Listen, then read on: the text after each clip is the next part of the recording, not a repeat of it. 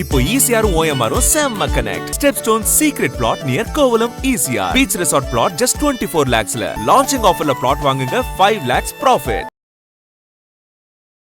நமக்கு டிசம்பர் மழையை ஸ்டோரேஜ் ஆகி ஒரு 6 மாதம் 4 மாதம் ஓடுது இல்லையா, அதுக்கப்புறம் அந்த டெஃபிசிட்டை திருப்பி ஃபில் பண்ணுற மாதிரி இருக்கும். இதுதான் நமக்கு எப்பவுமே சர்க்கிள். இது வந்து இப்போ இதில் கர்நாடகாலையும் போயிட்டு இருக்கு, அதாவது டிலே ஆகுது. இப்போ தமிழ்நாட்டிலையும் டிலே ஆகுது. ஓகேவா? ஸோ இந்த டிலேவால் ஆகிற பிரச்சனைகள் பாதிக்கப்படுற அந்த விவசாயிகளுக்கு ஒரு ஃபண்டு ரிலீஸும் பண்ணியிருக்காங்கன்னு நினைக்கிறேன். பாதிப்புக்கான 134 கோடி 134 கோடியை வந்து அதுக்கான ஒரு காம்பன்சேஷனான ஒரு ஃபண்டாக அது போகும். தொழில் சாகுபடிக்காக பணம் கொடுத்துருக்காங்கன்னா எல்லா 5 இயர்ஸ் 7 இயர்ஸும் எப்பயாவது ஒரு தடவை இது நடந்துகிட்டே தான் இருக்குது. ஆனால் என்னன்னா, இவர் ஆளுங்கட்சியாக வந்த முதல் இயரே இது நடக்கிறதுனால இது கொஞ்சம் இதுவாக இருக்குது. ஒரு குறை நம்ம ஒரு ஆட்சியை பற்றி சொல்கிறோன்னா, ஆட்சியில் இருக்கிறவங்களுக்கு அதை நெகட்டிவாக தான் தெரியும்.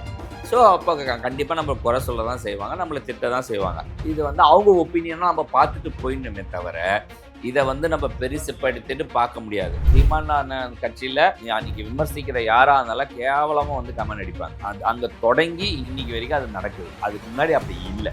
என்ன வேணும் ஸ்கூலுக்கு எல்லாமே இங்க இருக்கு. Super Saravana stores, Chennai, Madurai, Kovai.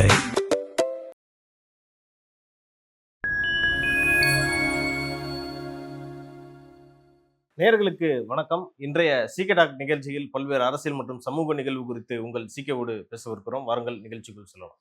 Sir வணக்கம். சார் வணக்கம் சார். எப்பவுமே ஜூன் 12ஆம் தேதி மேட்டூர் அணை திறப்பாங்க. முதலமைச்சராக திரு விஜய் வந்ததுக்கப்புறம் வருஷமே அது நடக்காமல் போயிடுச்சு. விவசாயிகள்லாம் ரொம்ப கஷ்டப்படுறாங்க. இது எப்படி சார் எடுத்துக்கிறது? நம்ம கமெண்ட்ல கூட ஒருத்தர் இதை கேட்டிருக்காரு. அதனால தான் நான் இந்த கேள்வியை வைக்கிறேன். சூப்பர் கூலுன்றவர் இந்த கேள்வியை கேட்டிருக்காரு சார். நம்ம நேர் தென்மேற்கு பருவமழைன்னு சோர்ஸ். இப்போ இந்த மழையை வந்து முதல்ல தொடங்குறது வந்து கர்நாடகாவில் தொடங்கும். அதுக்கு அடுத்து அப்படியே நம்ம படிப்படியாக தமிழ்நாட்டுக்கு வரும். இது என்னென்னா, நமக்கு டிசம்பர் மழையை ஸ்டோரேஜ் ஆகி ஒரு 6 மாதம் 4 மாதம் ஓடுது இல்லையா, அதுக்கப்புறம் அந்த டெஃபிசிட்டை திருப்பி ஃபில் பண்ணுற மாதிரி இருக்கும். இதுதான் நமக்கு எப்பவுமே சர்க்கிள். இது வந்து இப்போ இதில் கர்நாடகாலையும் போயிட்டு இருக்கு, அதாவது டிலே ஆகுது. இப்போ தமிழ்நாட்டிலையும் டிலே ஆகுது. ஓகேவா? ஸோ இந்த டிலேவால் ஆகிற பிரச்சனைகள் இதுக்கு சேர்த்து வச்சு இன்னொரு 30 நாளில் மழை அதிகமாக வந்து தண்ணி அதிகமாக வருதுன்றது நம்மளே பேசுவோம். பட் என்னன்னா, இந்த குறுவை சாகுபடின்றது இந்த நேரத்தில் நடக்க வேண்டியது. இப்போ தண்ணி பண்ணுவாங்க. ஸோ இந்த குறுவை சாகுபடி எல்லாருக்கும் என்னன்னு தெரியுதா என்னன்னு தெரியல. ஜென்ரலான ஒரு விஷயம் என்னென்னா, ஒரு இதில் வந்து குறுவை சாகுபடி, அது அந்த குறுவை சாகுபடின்றது டேமில் வர வாட்டரை பேஸ் பண்ணி, குறுவை சாகுபடின்றது டேம் வாட்டரை பேஸ் பண்ணி மட்டுமே செய்கிறது. தண்ணி வரும், அதில் வாய்க்காலுக்கு பாயும், அந்த தண்ணியை வச்சு விவசாயம் பண்ணுறது. வானம் பார்த்தும் பூமின்னு ஒன்று இருக்குது. அது மழையை பேஸ் பண்ணி மட்டும் அவங்க பயிர் பண்ணுவாங்க. இந்த நேரத்தில் பயிர் பண்ணால் இந்த நேரத்தில் மழை வரும். இந்த மழை தண்ணி இந்த பயிரை விளைவிச்சிட்டு அந்த சீசன் முடிச்சிடும். இது வந்து ஒரு போகம். இது ஒரு போகம் தான் பண்ண முடியும். குறுவை சாகுபடி அந்த ஒரு போக ரேஞ்சில் தான் பண்ணுவாங்க. அதுக்கப்புறம் நம்ம ரெகுலரான டேம் நியர்பை இருக்கிறவங்க, போரு கிணறு வச்சு பயிர் பண்ணுறவங்களாம் 3 போகம்னு பண்ணுவாங்க. இதுதான் குவைட் நேச்சர். ஸோ நமக்கு ரெண்டாவது இதுதான் மழை, மெயின் மழையாக இருந்து அந்த மழையில் வர போகம் தான் அதிகமான விளைச்சல் கொடுக்கும். அதனால தான் நம்ம தைப்பொங்கல், அந்த பொங்கலில் வந்து உழவர் திருநாள்னு கொண்டு வர்றது இந்த ப்ராசஸ் தான். ஸோ இப்போ இந்த குறுகுவைன்றது இந்த டேம் வாட்டர் சோர்ஸு பாதிக்கப்படும் போது நடக்கும். இங்கே இப்போ பாதிக்குன்னா தண்ணியே இல்லையானா தண்ணி இருக்கும். ஒரு அரசாங்கமாக முடிவு பண்ணுறது என்னவா இருக்கும் அப்படின்னா, குடிக்கிறதுக்கான தண்ணியை முதல்ல சோர்ஸாக பார்த்துப்பாங்க. விவசாயத்துக்கு ரெண்டாவதா. ஏன்னா விவசாயத்தில் எக்ஸாம்பிள் என்னென்னா, நமக்கு அப்போ சாப்பாடு அரிசியும் முக்கியம் தானே, அப்படி எனக்கும் பசிக்கும்ல அப்படின்ற மாதிரி கேள்வி வரும். அப்படி கிடையாது. நம்மக்கிட்ட ரிசர்வ்டுன்னு ஒன்று இருக்குது. நம்ம அந்த குடோன்கள்லாம் புல் முயற்சிச்சு அப்படின்லாம் சொல்கிறேன். அந்த மாதிரி ரிசர்வ்டு வந்து அரிசி, நெல் வந்து எப்போவுமே பாதுகாக்கும் அரசு. ஒரு பஞ்சம்னு வந்தால் ஒரு 3 வருஷத்துக்கோ 5 வருஷத்துக்குமே நம்மக்கிட்ட இருந்து அரிசி ரிசர்வை டிஸ்ட்ரிபியூட் பண்ணுறதுக்குன்னு வைப்பாங்க. அதனால் இந்த ஒரு போகம் சப்போஸ் பாதிக்கிறதுனா இதை அதில் டேலி பண்ணிக்கலாம் அப்படின்னு இதை விட்டுட்டு, நீயும் நானும் குடிக்கிற தண்ணி முக்கியன்றதுக்கான ரிசர்வை பாதுகாப்பாங்க. அது எல்லா அரசாங்கமும் பண்ணுற ஒரு ஜென்ரலான ஒரு இதுதான் ஆஃபீஸர்ஸ் கைட் பண்ணுவாங்க. அது பிரகாரம் தான் இது நடந்தது. அதுக்காக இப்போ என்னன்னா அந்த பாதிக்கப்படுற அந்த விவசாயிகளுக்கு ஒரு ஃபண்ட் ரிலீஸும் பண்ணியிருக்காங்கன்னு நினைக்கிறேன்.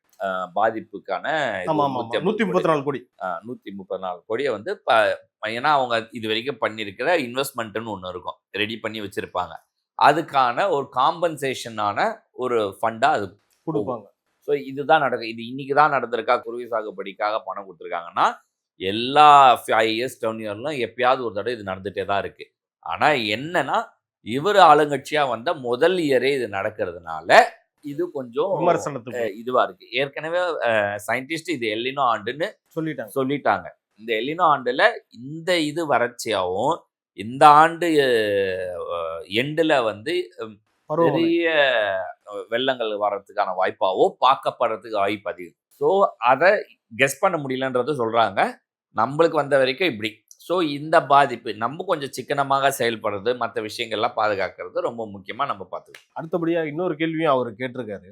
அதாவது சமூக வலைதளத்துல இந்த ஹேட் ஸ்பீச்சஸ் எல்லாம் வந்து கண்ட்ரோல் பண்ண முடியுமான்ற ஒரு கேள்வி கேட்டிருக்காரு. இன்னைக்கு இருக்கக்கூடிய இடத்துல கொஞ்சம் முக்கியமான கேள்வி சார். வாய்ப்பே இல்லை. நம்மளே அதெல்லாம் டெய்லி அனுபவிக்கிறோம். அதாவது நேற்று வரைக்கும் நம்மள பெருமையா பேசுறவங்களும் இன்னைக்கு திட்டுறவங்க இருக்காங்க. சரியா? அது அவாய்ட் பண்ண முடியாதுன்னு நினைக்கிறேன். இதுக்கு ஒரே சொல்யூஷன் நம்ம அதை பார்க்காம விட்டுறது தான். அவாய்ட் பண்றது. ஆமா. ஏன் அப்படின்னா சமூக வலைதளத்துல பதிவு பண்றதுன்றது அவங்கவுங்களுடைய கருத்து. இப்போ நான் பேசுறது எனக்கு தெரிஞ்ச நாலேஜ் எனக்கு பேஸ் பண்ணி எனக்கு என்ன புரிதலோ அதை நான் பேசுறேன், சொல்லுறேன். அது நாலேஜபிள். அதாவது இப்போ நம்ம குறுவை சாகுபடினா என்ன, வானம் பார்த்த பூமினா என்னன்றது நாலேஜ் கொடுக்குறோம். ஓகேவா? இந்த நாலேஜ் பேஸ்ல அதை பிடிச்சிருக்கவங்க ஃபாலோ பண்றதோ செய்யறதோ, அது தெரியாதவங்க இதை தெரிஞ்சுக்கிறது யூஸ் ஆகுறதுன்னு இருக்கும். இதுல நம்மள ஹேட்டடாக இருக்கவங்க இல்லை வேற ஏதாவது நம்ம சொல்லும் போது, இப்போ எக்ஸாம்பிள் இந்த இடத்துல ஒரு குறை நம்ம ஒரு ஆட்சியை பற்றி சொல்கிறோன்னா, ஆட்சியில் இருக்கிறவங்களுக்கு அதை நெகட்டிவாக தான் தெரியும். ஸோ அப்போ கண்டிப்பாக நம்ம குறை சொல்ல தான் செய்வாங்க, நம்மளை திட்ட தான் செய்வாங்க. இது வந்து அவங்க ஒப்பீனியனாக நம்ம பார்த்துட்டு போயிடணுமே தவிர இதை வந்து நம்ம பெருசுப்படுத்திட்டு பார்க்க முடியாது.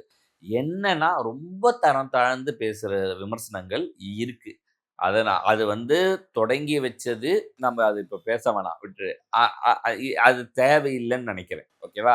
இதில் எனக்கு ஆளுங்கட்சியிலேருந்து எனக்கு டிஃபரான ஒப்பீனியன் இருக்குது. இப்படி இதை கட்டமைக்கணும், அவங்க சரியான விதத்தில் இவங்களை கட்டமைக்கணும். இப்போ எக்ஸாம்பிள் திமுகவில் வந்து பயிலகன்னு ஒன்று நடக்கும். சோஷியல் மீடியாவில் பேச்சாளரில் இருக்க யாரெல்லாம் ஆக்டிவாக இருக்காங்களோ அவங்களெல்லாம் கூப்பிட்டு ஒரு பயிலகம் நடத்துவாங்க. நீங்கள் இப்படி தான் விமர்சிக்கணும், இதை இப்படி வந்தால் இப்படி ஹேண்டில் பண்ணணுன்றதை சொல்லி கொடுப்பாங்க. டிவிகே கட்சி தலைவர் இதை முன்னெடுத்து அவங்கள மாதிரி, ஏன்னா அவங்களுக்கு பல பேர் இருக்காங்க, மாவட்டமாக பிரித்து இதை ஒரு கான்சியஸாக பண்ண வச்சு ஒர்க்ஷாப் மாதிரி நடத்தி அவங்களுக்கு அதை கைட் பண்ணால் இந்த மாதிரி விமர்சனத்துலேருந்து கம்மியாகும். அவ்வளோதான் நம்ம பார்க்கலாம். இது ஒழிக்கலாம் முடியாது. ஏன்னா இவங்க கம்மியானா இன்னொருத்தன் வந்து வெளியிருந்து வருவான். ஓகேவா? நான் சொல்கிறது என்னென்னா, நான் ஏன் ஓப்பனாகவே சொல்கிறேன், சீமான் கட்சியில் நீ அன்னைக்கு விமர்சிக்கிற யாரா இருந்தாலும் கேவலமாக வந்து கமெண்ட் அடிப்பாங்க. நீ பார்த்துருக்கியான்னு தெரியாது. அங்கே தொடங்கி இன்னைக்கு வரைக்கும் அது நடக்குது.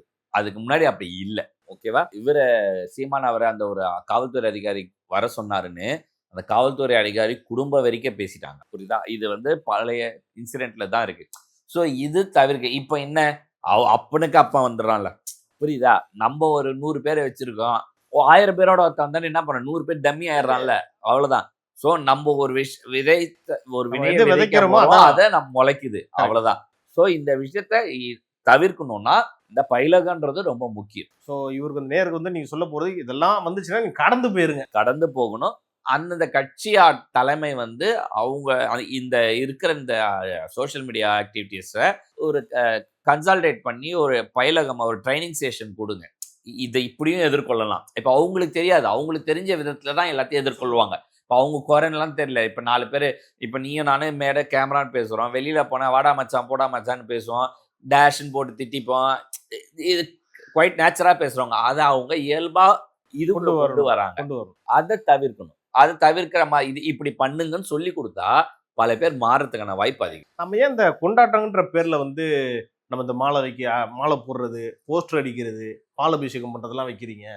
ஸோ எல்லாரும் என்ன சொல்ல வர்றாங்கன்னா, விஜய் அவர்களோட பிறந்த நாள் வருது, அது நீங்க ஆக்கப்பூர்வமா செலவு பண்ணுங்க, பள்ளிகளுக்கு செலவு பண்ணுங்க, ஏழை மாணவர்களுக்கு கொடுங்கன்றாரு. நீங்க இதை எப்படி பாக்குறீங்க? இதுல ஃபாலோவர்ஸ் விஜயோட ஃபாலோவர்ஸ் அதிகமா இருக்காங்கன்றதுனால விஜய் ஃபாலோவர் விஜய்க்காக சொல்லியிருப்பாருன்னு எனக்கு தோணலை. இருந்தாலும் நான் சொல்றது வந்து இது தவிர்க்க வேண்டியமானா ஆமாம், தவிர்க்க வேண்டியது தான். ஆனால் அந்த கட்சின்னு வரான்ல, அவனுக்கு பப்ளிசிட்டியே இங்கே தான் கிடைக்குது. தலைவருக்கு பப்ளிசிட்டி கிடையாது. இதை புரிஞ்சுக்கோங்க. இது அவருக்காக இவங்க செய்யலை, இவங்களுக்காக இவங்க செஞ்சுக்கிறது. நான் இன்னாரு இந்த தொகுதியில், இந்த வட்டத்தில், இந்த பகுதியில் வாழ்கிறேன், நான் இந்த பதவியில் இருக்கேன்னு மக்களுக்கு சொல்கிறது. ஓகேவா? ஆக்சுவலாக நான் தேமுதிக கட்சியில் இருக்கும்போது நான் அந்த பேனர் கலாச்சாரத்தையும் நான் பண்ணலை. என்னன்னா எனக்கு அந்த பப்ளிசிட்டி வேணாம், நம்ம உழைப்பை சரியாக போட்டோம்னா தலைமைக்கு தெரிகிற மாதிரி நடக்கும்போது அவங்களுடைய இது கிடைக்கும் அப்படின்றது. ஸோ தலைமை எனக்கு வந்து நான் ரொம்ப ஷார்ட் டேர்மில் கிட்டத்தட்ட ஒரு மாநில பதவி வரைக்கும் போகிறதுக்கு எனக்கு காரணமாக இருந்தது ஒரு 5 ஆண்டு கால கேப்புக்குள்ளேயே. அதாவது ஒரு வட்ட நிர்வாகியாக தொடங்கி நான் மாநில நிர்வாகி வரைக்கும் நான் போகிறதுக்கு எனக்கு வாய்ப்பு இருந்ததுக்கான காரணம் என்னுடைய உழைப்பாக தான் நான் பார்த்தேன்.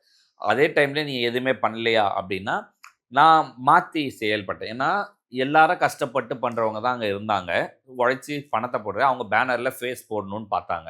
ஸோ நான் என்ன பண்ணேன்னா அந்த கொடி தோரணம் இதெல்லாம் இருக்கும், அந்த மாதிரி பொருள் ஸ்பான்சர் பண்ணுறதுக்கு அப்போ யாருமே இல்லை. ஸோ நான் என்ன பண்ணேன், அந்த மாதிரியான பொருட்களை வாங்கி கொடுக்கறது என்னுடைய வேலையாக வச்சுருந்தது ஒன்று. ரெண்டாவது, இந்த பண்ணுறாங்க இல்லையா அவங்களுக்கு நான் பேக்கப் கொடுத்தேன், அவங்களுக்கு சப்போர்ட் பண்ணேன் ஒன்று. மூணாவது, எப்போ இந்த மாநாடுன்னு பெருசாக வரும் இல்லையா, அப்போது ஒவ்வொரு ஒரு பகுதிக்கு ஒரு பெரிய டார்கெட் கொடுப்பாங்க. அந்த டார்கெட்டை ஃபில்ஃபில் பண்ண முடியாது. எக்ஸாம்பிள், ஒரு 100 பேனர் வைப்பாங்க, அந்த ஏரியாவே கவர் ஆகுது அப்படின்னா, அப்போது வந்து நிர்வாகியால் ஒரு 50-60க்கு மேலே பண்ண முடியாதும் போது அதை நான் அந்த மாதிரி டைமை மட்டும்தான் நம்ம ஒன்று பண்ணியிருக்கோம். மற்றபடி நான் அந்த கலாச்சாரத்துக்குள்ளேயே நம்ம போகலை. எப்போ அதை விட்டு வந்தனோ இந்த செலவுகளை நான் அப்படியே டொனேஷனாகவோ ட்ரஸ்ட்டுக்காகவோ நான் மாற்றினேன். சரி, அந்த என்ன பண்ணுறோன்னோ ஆக்சுவலாக நான் கட்சியில் போய் அந்த செலவும் நான் என்ன பண்ணேன்னா, முதல்ல நான் இந்த மாதிரி சின்ன சின்ன டொனேஷன்ஸ்லாம் கொடுத்து பண்ணிகிட்டு இருக்கிற விஷயங்கள் வந்து சர்வீஸ் ஓரியன்டலாக பண்ணும்போது அந்த சர்வீஸ் வந்து கட்சியில் ஏதாவது சேர்ந்து அந்த பணத்தை அங்கே பண்ணால் கொஞ்சம் பெரிய இடமா போனோன்னா அப்போ மக்களுக்கு இன்னும் நிறையா பண்ணலாம் அப்படின்னு ஒரு புரிதலோட தான் நான் அது போனேன். போயிட்டு இந்த 11க்கு அப்புறம் பிஸ்னஸ்ஸு இதை தான் பார்க்கணுன்னு கண்டிஷன் வந்து வெளியே வரும்போது அதை நான் அப்படியே இந்த மாதிரியான விஷயங்கள் பண்ணேன். இப்போ நான் சொசைட்டிக்கு நம்ம பண்ணியிருக்கேன் பல விஷயங்கள், இந்த மாதிரியான பேஸாக தான் நம்ம பண்ணியிருக்கோம். ஸோ இதை தன்னிச்சையாக பண்ணுறவங்க முடிவு பண்ணுறது, இது பொதுவாக கட்சி பிராண்டுன்னு பண்ணுறது இல்லை, கிடையாது. எனக்கு வந்து பப்ளிசிட்டி தான் முக்கியம்னு நினைக்கிறேங்க, நான் பப்ளிசிட்டிக்குள்ளே தான் வேலை பார்ப்பேன். அதை விட நான் வந்து நல்லது செய்ய தான் வந்தேன்றவங்க நல்லது செய்யறதுக்கு என்ன உபயோகிக்கலாம் பண்ணுவாங்க. நான் இதுலேயுமே சொல்ல, அப்போவும் மீட்டிங்கில் நான் டொனேஷன் பேனர்ஸ் கலாச்சாரத்தை அவாய்ட் பண்ணால் அந்த தொடி தோணுன்றதை விட நலத்திட்ட உதவிகள்னு பண்ணுவாங்க. இந்த குடம் வாங்கி கொடுக்கறது, புடவை வாங்கி கொடுக்கறது, இதான் நான் அதிகமாக பண்ணியிருக்கேன். சார் அப்போவே ஒரு 100 பேருக்குன்னா புடவைனா அதை நம்ம தான் வாங்கி கொடுப்போம். குடம் கொடுக்கறதுனா அப்போல்லாம் தண்ணி பஞ்சம் இருக்கும்போது குடம் கொடுத்துருப்போம், குடத்தை நான் தான் வாங்கி கொடுத்துருக்கேன். இதுக்காக நான் பாரிஸ் நான் மெனக்கெட்டு இங்கே வாங்குறதால அங்கே போய் எங்கே கம்மியாக இருக்குது அதை சோர்ஸ் பண்ணி வைப்பேன். அடுத்தது அங்கேருந்து அதை வாங்கி கொடுக்குறது. ஏன்னா நீ இங்கே 100 ரூபாய்க்கு வாங்கினா அங்கே 60 ரூபாய்க்கு வாங்க முடியும். 100 புடவை கொடுக்குறேன்னா நீ 160-70 கொடுக்க முடியும். அப்போ 2 தடவை உன்னால் பண்ண முடியும். ஸோ அந்த மெனக்கேடலையும் நான் கொஞ்சம் பண்ணேன், எல்லாரும் எனக்கு சப்போர்ட்டும் பண்ணாங்க. ஸோ இதை பேஸ் பண்ணி தான் நான் பக்கத்து தெருவில் போய் வாங்கி கொடுத்தா எனக்கு அது அதிகம். ஸோ இந்த மாதிரி பண்ணுறது அவங்கவுங்க சிஎம் சொன்ன மாதிரி தனி மனித ஒழுக்கத்துக்குள்ளே வர விஷயங்கள். இதை நம்ம மாற்றணும்னு நினைக்கிறது கஷ்டம் தான். ஆனால் சென்னையை பொறுத்த வரைக்கும் எனக்கு கொஞ்சம் பேனர் கலாச்சாரம் குறைஞ்சிருக்கிறதா நான் பார்க்குறேன். போஸ்டர்ஸும் எதுவும் முன்ன மாதிரி நிறைய இடங்களும் இல்லை ஓட்டுறதுக்கு. அந்த ஒரு கச்சாமச்சான்ற ஒரு விஷயங்கள் இப்போ இல்லை, எல்லாம் சோஷியல் மீடியாக்குள்ளே வந்துட்டாங்கன்றது புரியுது.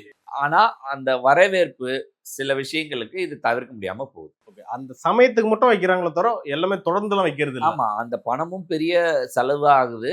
பட் அது அந்த 1 மணி நேரம் டிராவல் தலைவருக்காகவோ ஒரு 3 மணி நேரம் நிகழ்ச்சிக்காகவோ இருக்குது. அதை வேற மாதிரி கொண்டு போகலாம். இப்போ இந்த சோஷியல் மீடியாவில் இவங்க ரீச் ஆகுறதுனால இந்த இடத்துல இந்த நிகழ்ச்சி நடக்குதுன்றது ஓவர் நைட்டில் ரீச் ஆகிடுது. ஸோ இப்போ இந்த பேனர்ஸோ கலாச்சாரமோ தேவையில்லைன்றது தான் அவுடேட்டட் என்னுடைய கருத்தோ. அதுக்கு பதில் அந்த நலத்திட்ட உதவியை இன்னும் அதிகமாக செய்யலாம்.